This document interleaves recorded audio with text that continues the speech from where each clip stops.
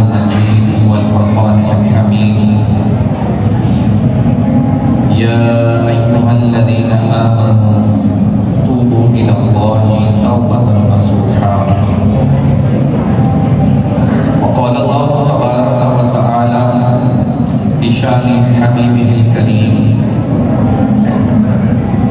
إن الله وملائكته يصلون على النبي يا أيها الذين آمنوا صلوا عليه وسلموا تسليما اللهم صل على سيدنا ومولانا محمد وعلى آله وصحبه وبارك وسلم وصلم عليه صلاة وسلاما عليك يا سيدي يا سيدي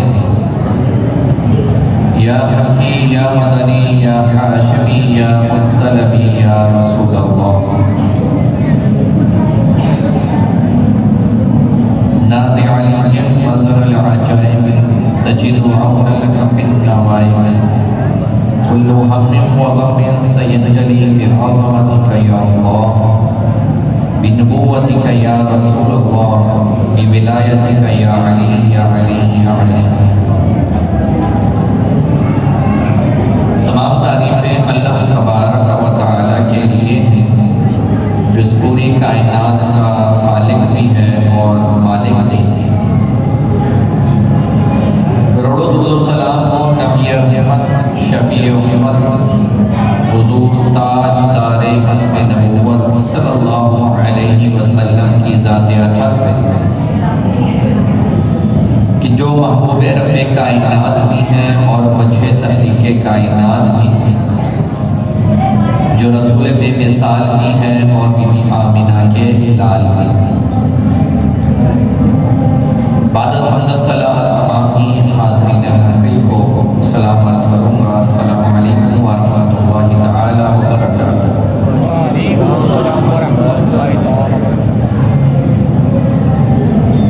محترم احبہ، جیسا کہ آپ جانتے ہیں کہ آج 15 شعبان المعظم ہے، جسے عربی میں لیلۃ من نصف شعبان بھی کہا جاتا ہے۔ یہ وہ رات ہے کہ جو بہت ہی بابرکت، متبرک، مقدس، رحمت بھری ہے، برکت بھری ہے اور مغفرت بھری ہے۔ یہ وہ رات ہے کہ جس کے بارے میں حضور علیہ السلام نے مختلف مواقع پر فضائل بیان فرمائے۔ چنانچہ سیدنا عائشہ صدیقہ رضی اللہ تعالی عنہ بیان فرماتی ہیں کہ ایک روز میں نے اپنے سرتاج حضور تاجدار کائنات علیہ السلام کو بستر پر نہ پایا، تو میں آپ کے پیچھے روانہ ہوئی تو میں نے دیکھا کہ آپ جنت البقیع کے پاس موجود ہیں اور استغفار فرما رہے ہیں۔ جب آپ واپس آئی اور حضور علیہ السلام کی تشریف لے آئے تو آپ علیہ السلام نے جناب عائشہ سے یہ سوال کیا کہ اے عائشہ، کیا تمہیں یہ گمان ہوا کہ اللہ اور اس کے رسول تمہارے ساتھ ناحق کریں گے؟ تو حضرت عائشہ صدیقہ رضی اللہ تعالی عنہ نے یہ جواب عرض کیا کہ نہیں، ایسا گمان نہیں، میں آپ کو دیکھنے گئی تھی۔ حضور علیہ السلام نے یہ ارشاد فرمایا کہ میرے پاس سیدنا جبرائیل علیہ السلام آئے تھے اور انہوں نے مجھے بتایا کہ آج 15 شعبان المعظم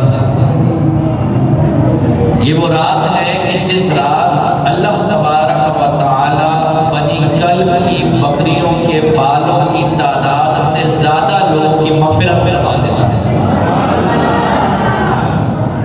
بنی کلب یہ مدینے کا ایک قبیلہ تھا کہ جو بکثرت بکریاں پالتا تھا۔ آج بھی جو لوگ مدینہ پاک جاتے ہیں اور بالخصوص جو وہاں کے مقیم ہیں، اگر ان سے پوچھا جائے کہ بنی کلب کی بکریاں یا ان کا علاقہ کہاں ہے تو وہ نشاندہی اور رہنمائی کر دیتے ہیں۔ تو بکثرت جو ہے وہ بکریاں پالا کرتے کہ ان کا یہ بکریاں پالنے کا جو عمل ہے یہ معروف تھا، اور وہ بکریاں بھی ایسے ہوتی جو بکثرت پال والی ہوتی۔ تو گویا کہ رب تعالیٰ نے اس مثال کے ذریعے یہ سمجھا دیا کہ یہ وہ رات ہے کہ جس رات اللہ پاک اپنے بندوں کی بکثرت بخشش فرمائے۔ لیکن حضور علیہ السلام نے ساتھ میں یہ ارشاد فرما دیا کہ چند وہ لوگ ہیں کہ جن کی بخشش اس وقت تک نہ ہوگی جب تک وہ رب کے حضور سچی توبہ نہ کریں۔ یعنی یہ وہ لوگ ہیں جو 15 شعبان المعظم کو بھی نہیں بخشے جاتے۔ کون ہے؟ فرمایا کہ وہ شخص جو مشرک ہے، جو شرک کرنے والا ہے، جو رب تعالیٰ کی ذات و صفات میں کسی کو شریک ٹھہراتا ہے۔ دوسرا فرمایا کہ جو کینہ پرور، جو اپنے دل میں اپنے مسلمان بھائی کا بغض لیے ہوئے۔ آج ہم غور کریں اپنے بارے میں، آج ہمارے دلوں میں اپنے مسلمان بھائیوں کے حوالے سے کیا جذبات ہے؟ ہمارے دل ان کے کینے سے، ان کے بغض سے، ان کی برائیوں سے بھرے ہوئے ہیں۔ جہاں موقع ملتا ہے چوک پہ، چوراہے پر، ہوٹل پر اپنے مسلمان بھائی کی غیبت کرتے ہیں، اس کے خلاف چغلی کھاتے ہیں، اس کی برائی لوگوں کے سامنے بیان کر دیتے ہیں۔ تو فرمایا کہ ایسا شخص کہ جو اپنے مسلمان بھائی کے ساتھ کینہ رکھتا ہوگا دل میں، اس کی بخشش نہیں کی جائے گی۔ اسی لیے اس طرح فرمایا کہ وہ شخص کے جو قطع تعلق کرنے والا۔ آج ہمارا حال کیا ہے کہ ہم سے اگر کوئی 1 انچ دور جاتا ہے تو ہم اس سے 2 انچ دور چلے جاتے ہیں۔ آج ہم سے کوئی ٹیڑے انداز میں بات کرتا ہے تو کل ہم اس سے گالی دے کر بات کرتے ہیں۔ قطع تعلق کا انداز یہ ہو گیا ہے کہ اگر ہمیں کوئی اپنے گھر پہ نہیں بلاتا تو ہم بھی اس کو نہیں بلاتے، بلکہ اپنے اطراف میں لوگوں کو منع کرتے ہیں کہ اس کو نہیں بلانا، یہ اچھا مسئلہ نہیں۔ رشتے دار کارڈ لے کے شادی کا آ جائے تو کہتے ہیں بچے کے ہاتھ کارڈ بھجوا دیا، ہم شادی میں نہیں جائیں۔ قطع تعلق کرنے کے تو کہ فوراً تیار ہو جائے۔ تو فرمایا کہ جو رشتے داروں سے قطع تعلق کرنے والا ہوگا، جو سلیرہ ہی کو کاٹنے والا ہوگا، اس کی بخشش نہیں کی جائے گی۔ اسی طرح فرمایا کہ جو عادی شرابی ہوگا، جو شراب پینے والا ہوگا، اس کی بخشش نہیں ہوگی۔ اسی طرح فرمایا کہ جو والدین کا نافرمان ہوگا، اس کی بخشش بھی نہیں ہوگی۔ بلکہ حضرت علامہ سمرقندی رحمۃ اللہ تعالی علیہ بیان فرماتے ہیں کہ والدین کا نافرمان اس قدر عذاب میں ہوگا کہ فرمایا کہ اس کے اور جو شیطان ہے اس کے درجے کے درمیان سے 1 مرتبے کا فاصلہ ہوگا۔ اب سمجھ رہے بات؟ یعنی شیطان کا کیا مرتبہ ہوگا، کیا اس کا درجہ ہوگا جہنم کے اندر، اس شیطان کے درجے کے اور اس نافرمان والدین کے درجے کے درمیان سے 1 مرتبے کا فاصلہ ہوگا۔ اس قدر خطرناک عذاب والدین کے نافرمان کی ہے۔ آج ہم والدین کی نافرمانی کرنے کو کوئی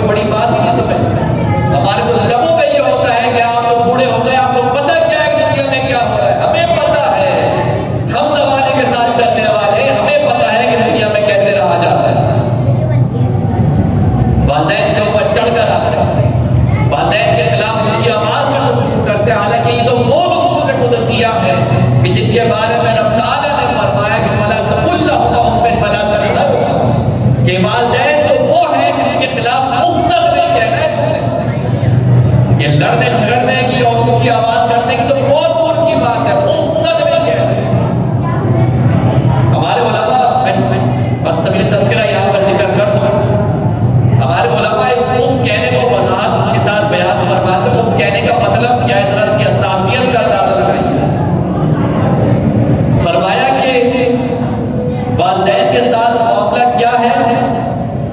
بتایا کہ جس طرح جب تم والدین کی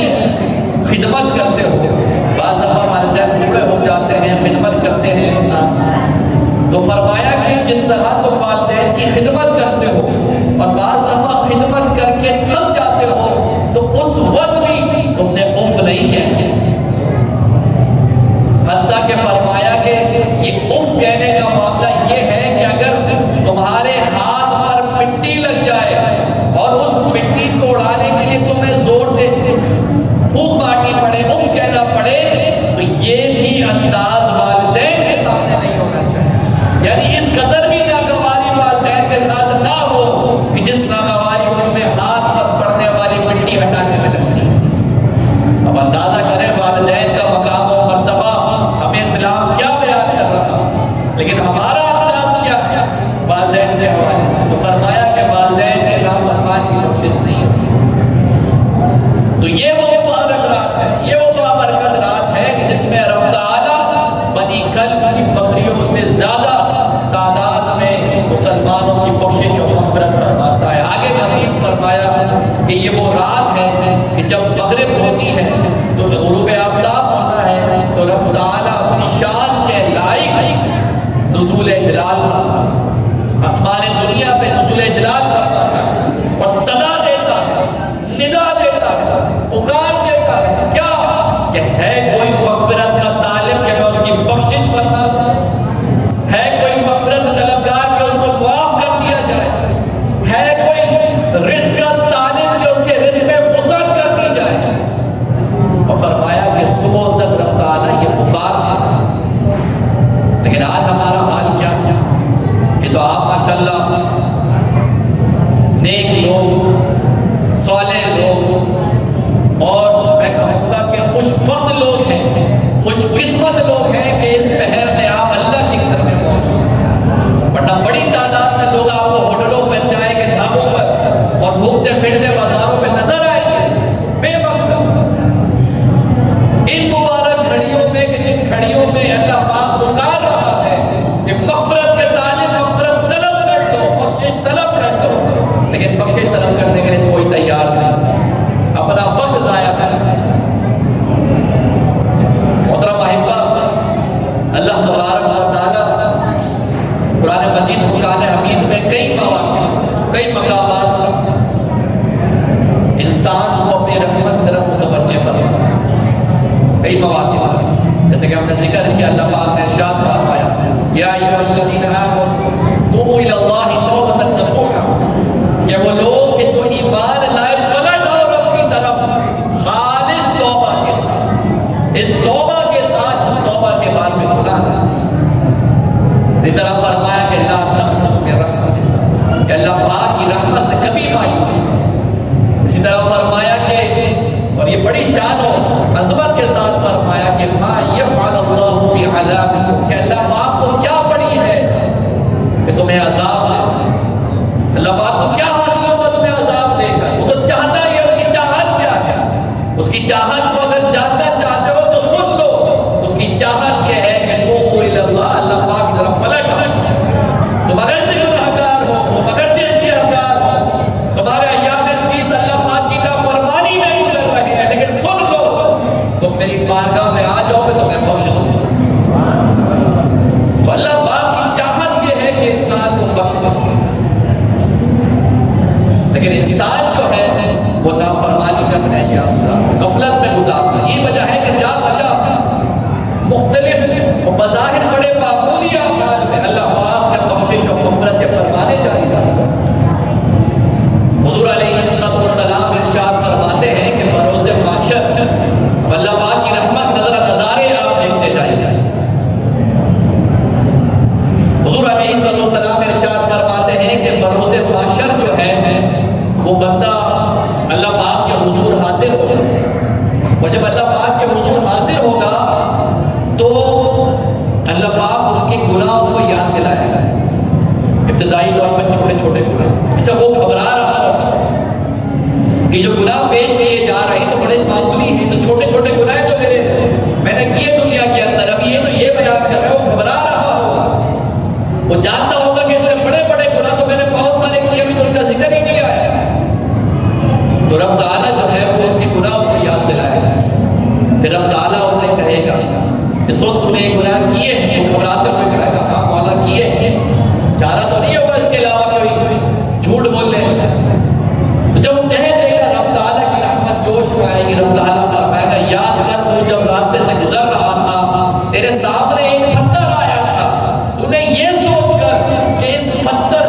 بزرگ ٹکرا کے گر جائے گا، کوئی بچہ لڑکھڑا کے گر جائے گا، تو نے وہ پتھر سائڈ میں کر دیا، وہاں سے ہٹا دیا، سن اس چھوٹے سے عمل کا تیری کوشش فرما۔ سبحان اللہ۔ اسی لیے فرمایا کہ رحمت الہی بہانا بھی جو ہے، رحمت الہی بہانا بھی، یعنی اللہ پاک کی رحمت بڑے بڑے نیکوکار اور بڑے بڑے نیکیاں تقاضا نہیں کرتی اس کی رحمت، اس کی رحمت تو چھوٹے چھوٹے بہانے تلاش ہے، کوئی بہانہ مل جائے رب تعالیٰ کی رحمت کو کہ بندے کو بخش دے، کہ انسان اس سے غافل بیٹھا ہے، اللہ پاک کے حضور رحمت کا طالب نہیں ہے۔ تو محترم احباب، یہاں پہ عرض یہ ہے کہ انسان سے گناہ ہو جاتا ہے، یہ بات ہے اللہ پاک نے جب انسان کی تکلیف فرمائی تو دو باتیں اس کے اندر رکھی، ایک عقل کا مادہ رکھا اور ایک دوسرا مادہ نفس کا رکھا۔ بات سے وائل علیہ کرام علیہ السلام کہ کوئی ایسا جس سے گناہ نہ ہوتا، گناہ ہو سکتا ہے، گناہ ہو جاتا ہے، لیکن کامیاب انسان وہ ہے، فلاح پانے والا وہ ہے جو گناہ کے بعد توبہ کرے، اس گناہ پر مصر نہ ہو، گناہ پر اصرار نہ کرے، گناہ پر دلیر نہ ہو۔ اصل یہ گناہ پر دلیر ہوگا پھر ہلاک ہو، گناہ پر دلیر نہ، گناہ پر توبہ کرے، گناہ پر اللہ پاک کی بارگاہ میں سچی ندامت کے ساتھ پیش ہو جائے، مولا گناہ ہو گیا لیکن مجھے بخشے بھی کہ بخشے گا بھی کون سوائے تیرے۔ تو بندہ جب گناہ کر کے توبہ کر لیتا ہے، حضور فرماتے ہیں التائب من الذنب کمن لا ذنب لہ، کہ گناہ سے توبہ کرنے والا ایسے ایسے گناہ اس نے کیا ہی نہیں۔ اب بات سمجھ رہے ہیں؟ گناہ ایسی زبردست گناہ سے توبہ کرنا ایک ایسا عمل ہے کہ رب تعالیٰ بڑے سے بڑے گناہگار کو بخش دیتا ہے، بس سچی توبہ ہونی چاہیے۔ ایک روز حضرت عمر رضی اللہ تعالیٰ عنہ کے دور میں ایک شخص جو ہے وہ بازار میں جا رہا تھا اور اس کے ہاتھ میں جو ہے وہ شراب کی بوتل تھی، وہ شرابی آدمی دیکھا کہ سامنے سے عمر آ رہے ہیں، عمر کا جگہ، عمر کا قبر، عمر کا جلال، خلیفۃ المسلمین، امیر المومنین ہے، وہ سامنے تشریف لا رہا، اور حضرت عمر کا انداز یہ ہوتا کہ جب بازار میں چلتے تو ہاتھ میں گھوڑا لے کے چلتے، کہ جو بھی خلاف شرع کام کرتا نظر آتا گھوڑے مارتا اس کو۔ تو جب دیکھا کہ جناب عمر سامنے سے تشریف لا رہے ہیں اور یہاں پہ دنیا میں بھی ذلت ہے اور آخرت میں بھی شراب کی بنا پر ذلت ہوگی، وہ شرابی شخص جو تھا سچے دل سے رب تعالیٰ سے توبہ کرتا ہے، مولا گناہ ہو گیا، مولا شرابی تھا، شراب پی رہا تھا، لیکن آج عمر کے ساتھ ہے تو عزت رکھتا، آج کے بعد کبھی شراب نہیں پیتا، اس شراب کی وجہ سے تو میری بے عزت و ذلت ہونے والی ہے، مولا سے مجھے بچا۔ کرنا کیا تھا؟ جیسی اس نے بغل میں بوتل دبائی، جناب عمر رضی اللہ تعالی عنہ واقعہ نے دیکھ لیا کہ اس نے بغل میں کوئی چیز دبائی ہے، تو جا کے پوچھتے ہیں شخص نے بغل میں کیا ہے، اس کو باہر نکال۔ وہ ڈرتے ڈرتے کہ شراب کی بوتل ہے، باہر نکال گا، اور دیکھتے ہی حضرت عمر جو ہے وہ مجھے کوڑا ماریں گے اور پھر یہاں پہ رسوائی ہوئی، جگہ سائی ہوئی۔ سچے دل سے رب تعالیٰ سے توبہ طائب ہوتا ہے اور یہ دعا کرتا ہے کہ مولا اس کو سرکہ بنا دے، تو وہ شخص زبان سے یہ کہتا ہے کہ اے عمر، شراب کی تو سرکہ ہے، یہ تو سرکہ ہے۔ تو عمر کہتا ہے نکال اس کو باہر۔ جب باہر نکالتا ہے واقعی میں وہ سرکہ لگ چکا ہوگا۔ سبحان اللہ۔ یعنی نتیجہ یہ نکلا کہ جب رب تعالیٰ کے حضور کوئی سچے دل سے توبہ کرتا ہے، پھر رجوع کرتا ہے، پلٹتا ہے، تو اللہ پاک گناہوں کو بھی نیکیوں میں تبدیل فرما ہے۔ لیکن ضرورت کس بات کی؟ ارجع الی ربک، رب کی طرف اس کے حضور سجدہ ریز ہو، اس کے حضور توبہ کر، کہ جب بندہ توبہ کرتا ہے تو وہ کامیاب ہو جاتا ہے، اور یہی توبہ رب تعالیٰ کو بہت پسند ہے۔ حضور علیہ السلام ارشاد فرماتے ہیں کہ جب بندہ گناہ کرتا ہے، آپ جانتے ہیں جب بندہ گناہ کرتا ہے تو جس بروز محشر جب وہ حاضر ہوگا تو جس عضو سے اس نے گناہ کیا ہوگا زبان تو بند ہوگی، وہ اعضاء کو رب تعالیٰ قوت گویا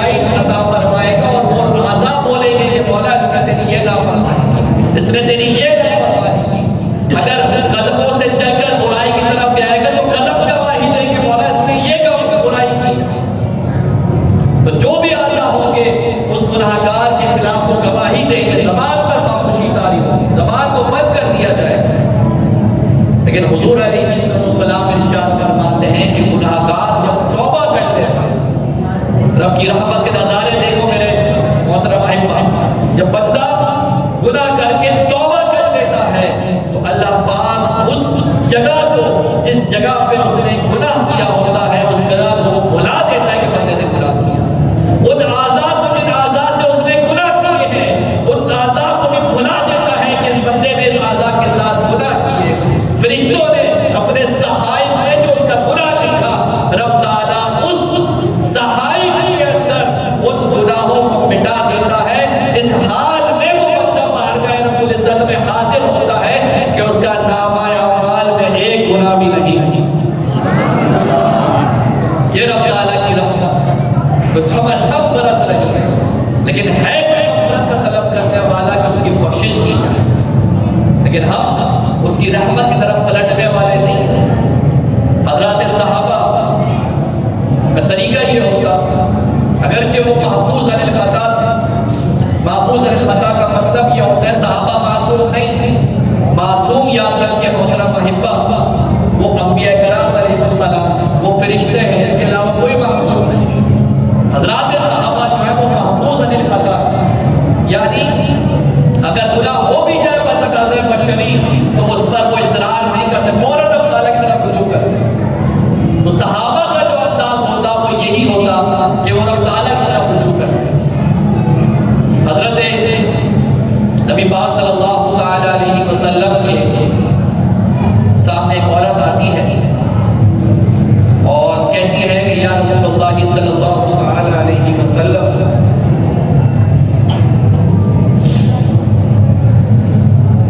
میں نے بدکاری کی ہے اور اس بدکاری کے نتیجے میں حاملہ ہو گئی،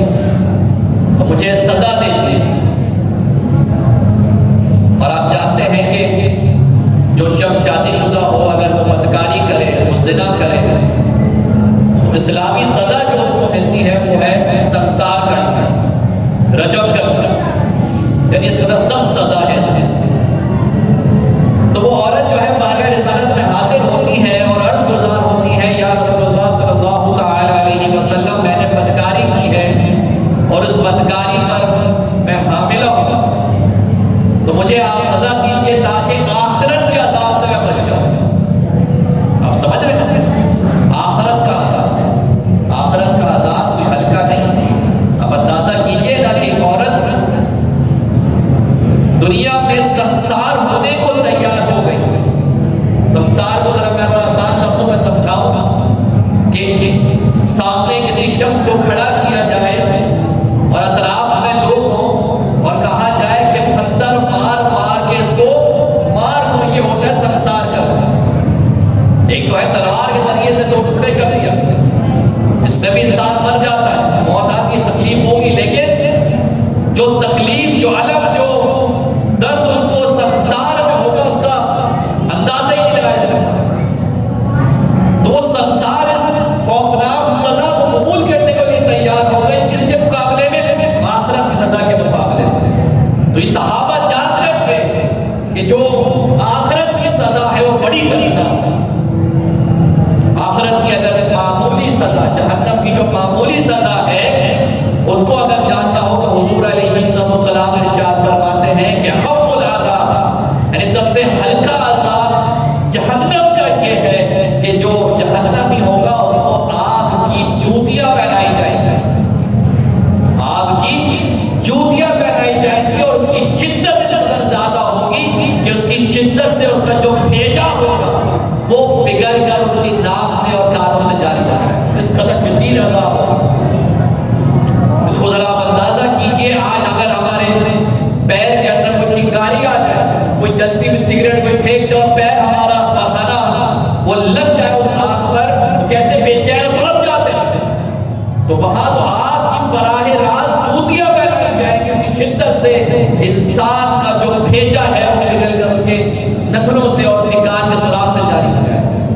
اس قدر شدید عذاب۔ اور یہ وہ عذاب ہے جو اخف العذاب ہے، سب سے ہلکا عذاب ہے۔ اور اگر سب سے شدید عذاب، شد العذاب کی بات کی جائے تو اللہ پاک قرآن مجید فرقان حمید میں اس کا احوال بیان فرماتا ہے کہ ثم لا يموت فيها ولا يحيا، کہ وہ عذاب ایسا ہے جس میں نہ موت ہے اور نہ زندگی۔ زندگی کیوں نہیں ہے؟ ہر طرف یہ آ گیا کہ وہ جینا بھی کیا جینا ہے۔ وہ موت کیوں نہیں ہے؟ موت اس لیے نہیں ہے کہ بروز محشر موت کو ایک بیٹے کی صورت میں لا کر ذبح کر دیا جائے اور یہ کہا جائے گا کہ جو جس حال میں ہے اس حال میں جو جنتی ہوں گے وہ پہلے گھبرا رہے ہیں کہ پتہ نہیں یہ چیز ہمارے پاس کب تک رہتی ہے، یہ نعمت ہمارے پاس کب تک رہتی ہے۔ ایک خوف ہوگا، اس خوف اور ایک اندیشے کی عالم میں وہ رہ رہے ہوں گے کہ پتہ نہیں یہ چیز ہم سے ضائع نہ ہو جائے۔ اور جو جہنمی ہوں گے وہ اس عذاب میں ہوں گے، ان کے اندر ایک امید ہوگی کہ موت آ جائے گی، سب ختم ہو جائے گا۔ تو جب ان کے سامنے اس موت کو میٹے کی صورت میں لا کے ذبح کر دیا جائے گا تو ان کی جنتیوں کی جو اندیشہ تھا وہ ختم ہو جائے گا اور جہنمیوں کی جو امید ہوگی وہ بھی ختم ہو جائے گی اس موت کے ساتھ۔ تو کہنے کا مقصد محترم احبہ یہ ہے کہ اس کے اندر شدید آخرت کا عذاب ہے۔ تو وہ جو عورت تھی اس نے یہ کہا کہ میں سنسار کر دیا جائے۔ حضور علیہ السلام نے یہ ارشاد فرمایا کہ تمہارے بدن میں جو بچہ ہے جب تک اس کی ولادت ہو جاتی ہے اس کے بعد بچے کی ولادت ہو جاتی ہے، پھر آتی ہے گود میں لے کے بچے۔ حضور پھر بھی اس کو بھیج دیتے ہیں کہ جاؤ تم چلی جاؤ، اس وقت تک یہاں نہیں آنا کہ جب تک یہ بچہ خود سے کھانے کے قابل نہ ہو جائے، تمہارے دودھ سے مستغنی نہ ہو جائے۔ وہ عورت دوبارہ آتی ہے اور جب دوبارہ آتی ہے پھر جا کے اللہ کے حبیب علیہ السلام صحابہ کو یہ فرمان جاری کرتے ہیں کہ اس کو سنسار کر دیا جائے۔ اسی طرح حضرت معاذ بن مالک رضی اللہ تعالیٰ یہ بھی بارگاہ رسالت سے حاضر ہوتے ہیں اور بارگاہ رسالت سے حاضر ہوتے ہیں کیوں؟ تاکہ جو گناہ ان سے ہو گیا، جو بدکاری کا عمل ہو گیا، اس پر اللہ کے حضور یہ توبہ کرتے ہیں۔ ان کو بھی یہ حکم دیا جاتا ہے، پہلے تو یہ کہا جاتا ہے کہ صحابہ سے ذرا چیک کریں کہ کہیں واقعی ان کے ہوش و آواز سلامت ہے یا نہیں، کہیں ایسا تو نہیں کہ اس نے کوئی شراب پی بھی ہے اور اس نشے میں ایسی بات کہہ دی ہے کہ پتہ چلتا ہے کہ ایسی کوئی بات نہیں۔ تو فرمایا کہ یہ واقعی نادر اور اس توبہ پر یہ اللہ پاک کی بارگاہ میں حاضر ہو رہا ہے تاکہ بروز ملنے والی سزا سے بچ جائے۔ جب ان کو سزا دے دی جاتی ہے خود حضور علیہ السلام ان کے جنازے کو شریک کرتے ہیں، ان جنازے میں شرکت کرتے ہیں۔ اور ایک روایت کے مطابق جب 2 سے 3 دن بعد ان کے گھر پہ جاتے ہیں اور صحابہ کا وہاں پہ اجتماع ہوتا ہے تو کوئی کہنے والا یہ کہہ دیتا ہے کہ معاذ نے خطا کی ہے، انہوں نے بدکاری کی تھی، اس پر یہ گناہ تھا کہ اس پر یہ عذاب ان کو ملا، اس پر یہ سزا ان کو ملی۔ تو حضور علیہ السلام جلال میں آ جاتے ہیں، فرمایا کہ معاذ کی توبہ ایسی توبہ ہے کہ اگر دنیا جہاں والوں کی توبہ میں تقسیم کر دیا تو سب کو کافی ہوگا۔ تو صاحب توبہ اللہ کی بارگاہ میں بڑا مقبول ہوتا ہے۔ تو انسان کو چاہیے کہ رب تعالیٰ کی بارگاہ کی طرف لوٹ کر توبہ کرے اور توبہ کرنے میں دیر نہ کرے، توبہ کرنے میں مایوس بھی نہ ہو، اور یہ بھی اس کے ذہن میں نہیں آنا چاہیے کہ توبہ کرنی پھر گناہ ہو جاتا ہے۔ یہ بھی شیطان نے بڑا وسوسہ محترم احباب ہمارے قلوب میں ڈالتا ہے کہ ہم توبہ کرتے ہیں پھر گناہ، پھر توبہ پھر گناہ، پھر توبہ پھر گناہ، حتیٰ کہ شیطان جو ہے یہ ذہن میں بندے کے ڈال دیتا ہے کہ اب تیری توبہ کا فائدہ کیا ہے، تو یہ شرم نہیں آتی بار بار توبہ کر کے جو ہے گناہ کرتا ہے، اب جب توبہ کرنے کی ضرورت نہیں ہے ایسی زندگی گزارتا ہے۔ ایسے ہی واقعہ حضرت امام حسن بصری رضی اللہ تعالیٰ کی بارگاہ میں ایک فائل لے کر آئے اور آ کر عرض گزار ہو کر صحابہ اور صوفیہ کی بارگاہ میں لوگ آیا کرتے تھے تزکیہ نفس کے لیے۔ تو ایک شخص حاضر خدمت ہوتا ہے اور کہتا ہے کہ اے امام حسن بصری، میں گناہ کرتا ہوں پھر توبہ کر لیتا ہوں، پھر توبہ کرتا ہوں پھر گناہ، پھر توبہ پھر گناہ، پھر توبہ پھر گناہ۔ اب معاملہ یہ ہے کہ مجھے شرم آتی ہے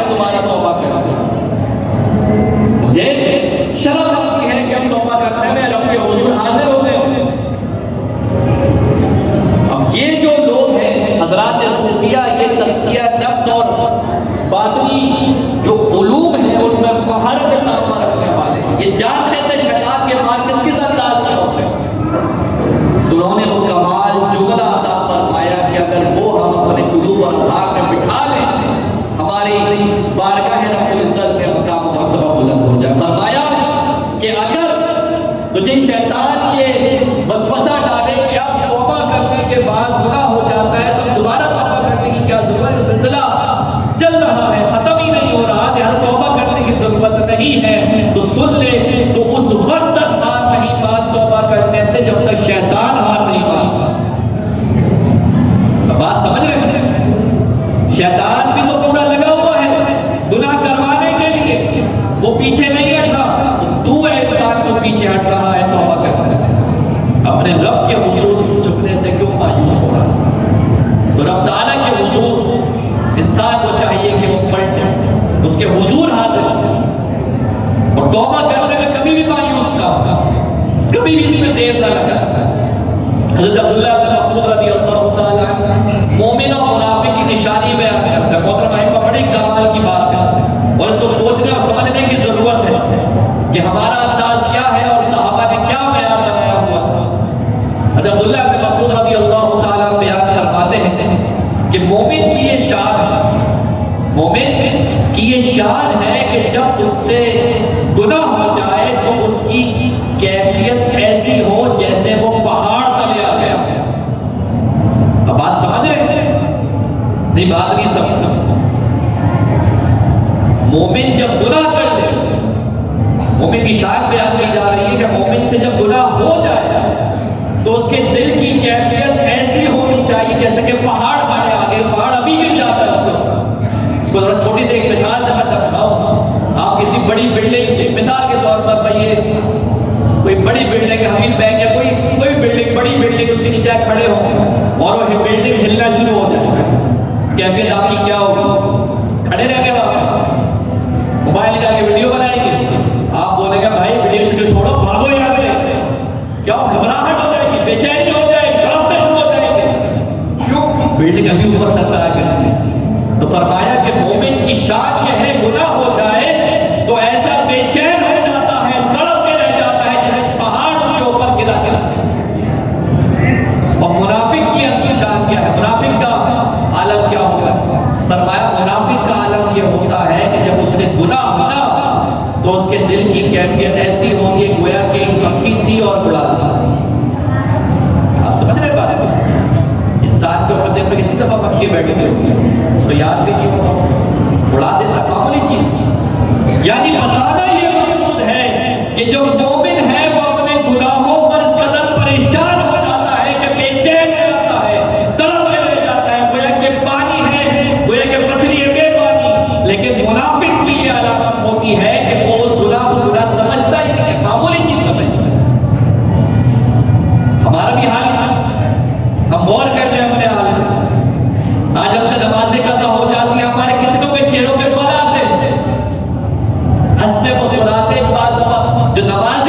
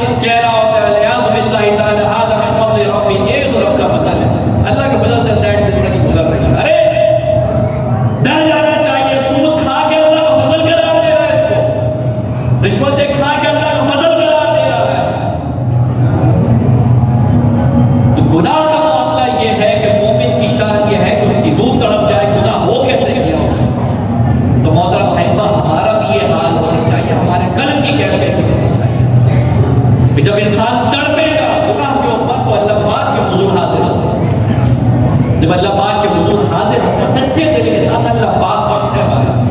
وہ مہربان اس کی رحمت تو جیسا میں نے ذکر کیا کہ وہ بہانے تلاش کرتی ہے انسان کو بخشنے کے لیکن ہے کوئی پلٹنے والا ہے کوئی اس طرف رجوع کرنے والا آج یاد رکھیے محترم بابا صاحب کی چند جملے ہیں میں اپنی بات ختم کر رہا ہوں کہ آج اگر ہم نہیں پلٹیں اور غفلت میں زندگی گزاریں یاد رکھیے کل بھی پلٹ رہا ہے آپ بات سمجھ رہے ہیں آج اگر ہم نہیں پلٹیں تو پلٹنا تو ہے رب کی طرف رجوع تو کرنا ہے رب کی طرف لوٹ کر تو جانا ہے رب کی طرف اس کی بارگاہ میں حاضر تو ہونا ہے لیکن کہیں ایسے حاضر نہ ہو جائے کہ اپنا منہ چھپاتے ہوئے اس کی بارگاہ میں حاضر ہو ہاں حاضر ہونا ہے یہ جو ابھی ہم عیاشی کی زندگی گزار رہے ہیں بے پرواہی کی زندگی گزار رہے ہیں تو یاد رکھیے رب کی بارگاہ میں کل حاضر ہونا ہے چٹے لباس وہ چٹا لباس کیا ہے وہ ہے کفن کا لباس کل کفن میں رب کی بارگاہ میں حاضر ہونا ہے لیکن یاد رکھیے رب تعالیٰ تو اس قدر قریب ہے اس قدر رحیم ہے کہ وہ اس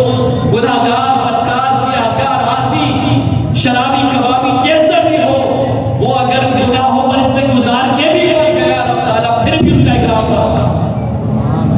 رب تعالیٰ پھر بھی اس کی تعظیم کروا رہا اب بات سمجھ رہے ہیں ایک چھوٹی سی مثال میں آپ کو دوں گا انسان کیا ہے مخلوق ہے رب تعالیٰ اللہ پاک کی مخلوق ہے مخلوق ہے گلی محلے میں کتے بلی پھر رہے ہوتے یہ بھی مخلوق ہے جانور پھر رہے ہوتے یہ بھی مخلوق ہے یہ مخلوق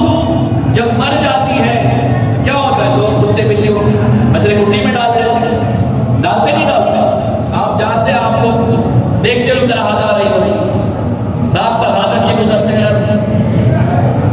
کتا مرا ہوا ہے نکلو یہاں سے رب تعالیٰ کی مخلوق